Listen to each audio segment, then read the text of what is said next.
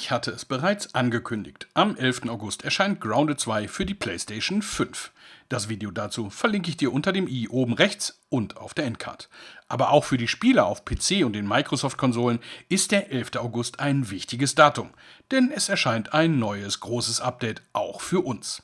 Mit Into the Abyss kommt endlich das Wasserbiom in unsere Spielwelt. Erste Anzeichen, dass wir bald baden gehen, hat es schon gegeben. Wir konnten plötzlich Moos finden, das wir noch aus Grounded 1 als Wasserpflanze kennengelernt hatten. Natürlich gab es auch noch andere Zeichen, dass wir uns schon mal eine Badehose kaufen sollten. Wenn dich Tipps, Tricks und News rund um Grounded 2 interessieren, dann abonniere einfach meinen Kanal. Hier bekommst du viele Informationen als Videos und als Shorts rund um die Grounded-Spiele. Und wenn dir diese News gefallen, dann lass diesem Video gerne auch einen Daumen rauf da. Die Roadmap zeigt uns, auf was für Neuerungen wir uns im August freuen dürfen.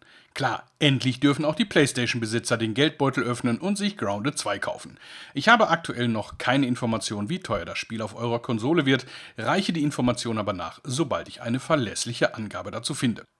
Die Biome werden erweitert. Ich hatte in einem Video schon einmal einen Ausflug gemacht in die Welt, die wir wahrscheinlich bald bekommen werden.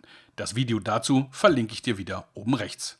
Es kommt auf jeden Fall der Teich und damit auch wieder der fette Karpfen, der mit Vorliebe kleine Teenager futtert. Zudem soll ein Berg kommen. Ich bin mir ziemlich sicher, dass es sich um den einsamen Baum handelt, der in meinem Video zum Ausflug in die unbekannte Welt schon zu sehen war. Und das giftige Sumpfgebiet, The Bayou, soll ebenfalls erkundbar sein. Zusätzlich sollen noch mehr Gebiete kommen, wozu aber derzeit keine Informationen zu finden sind. Wir werden schwimmen können. Klar, wo Wasser ist, sollte auch das Seepferdchen nicht weit weg sein. Also das Schwimmabzeichen, nicht das Tier. Wir werden uns wieder über bekannte Wassertiere freuen können und auch die weniger freundliche Wasserspinne soll Einzug halten in dieses Gewässer. Richtig geil klingt die Ankündigung, dass wir bald eine Riesenwanze reiten können. Dabei handelt es sich um den Toebiter, den man womöglich auf dem Foto oben rechts in der Ecke erkennen kann.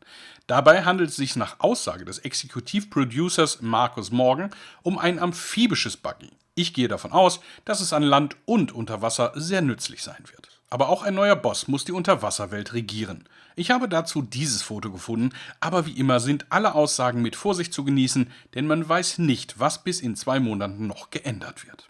Natürlich kommen neue Waffen und neue Rüstungen ins Spiel, denn neben der Badehose soll es auch Schwimmflügel oder Flossen und vielleicht auch einen Schnorchel geben. Auch habe ich eine Rüstung gesehen, die an einen Piraten erinnert und an eine große Sichel als neue Waffe. Vielleicht müssen wir auch viel tiefer tauchen als gedacht, vielleicht erwartet uns auch ein richtiger Taucheranzug. Sobald ich dazu mehr erfahre, poste ich ein neues Video. Daher abonniere diesen Kanal, damit du nichts mehr verpasst. Ich habe auch gehört, dass es verschiedene Höhlen geben könnte, die auf unterschiedlichen Höhenebenen sind. Je tiefer man kommt, desto schwerer sollen die Gegner werden. Das ist aber ebenfalls noch nicht bestätigt und lediglich eine Mutmaßung. Es gibt auch neue Gegner an Land. Diese Stinkwanze, die auch in Grounded 1 schon ziemlich zum Ende ins Spiel gekommen ist, scheint im Brook Hollow Park gelandet zu sein. Mal schauen, was sich noch für neue Insekten in unseren Garten verirren werden. Eine weitere wichtige Neuerung wird das Zipline-System sein, das nun auch endlich ins Spiel kommt. Jetzt kann man wieder massenhaft Seile spannen und sich schnell hin und her bewegen. Das war in Grounded 1 eine ziemliche Erleichterung, vor allem als die Zipline auch bergauf funktionierte. Wir dürfen gespannt sein, wie weit wir die Ziplines spannen können. Dank der Ruffunktion können wir, sobald das Ziel erreicht ist, einfach einen Buggy rufen, der uns als Taxi dann weiter transportiert. Eine Sache, zu der ich bislang noch gar nichts gesehen habe, sind die Waterbases. Ob es sich hierbei nur um Schwimmplattformen handelt oder wir wirklich unter Wasser Basen bauen können oder es was ganz anderes wird, bleibt abzuwarten. Bislang habe ich noch nicht mal ein Foto zu den Basen am, auf oder unter Wasser gefunden. Aber auch hier natürlich mehr Infos, wenn ich etwas finde. Es wurde ebenfalls von den Entwicklern bestätigt, dass ein Crossplay zwischen allen Plattformen möglich sein soll. Eine plattformunabhängige Spielergruppe ist wirklich eine coole Lösung. Also, sind wir gespannt, was wir im August bekommen werden. Noch einmal mein Hinweis, dass sich ein Abo meines Kanals lohnen wird. Sobald ich etwas Neues erfahre, gibt es wieder ein Video, damit auch du bestens informiert bist. Und jetzt wünsche ich dir noch viel Spaß bei Grounded 2.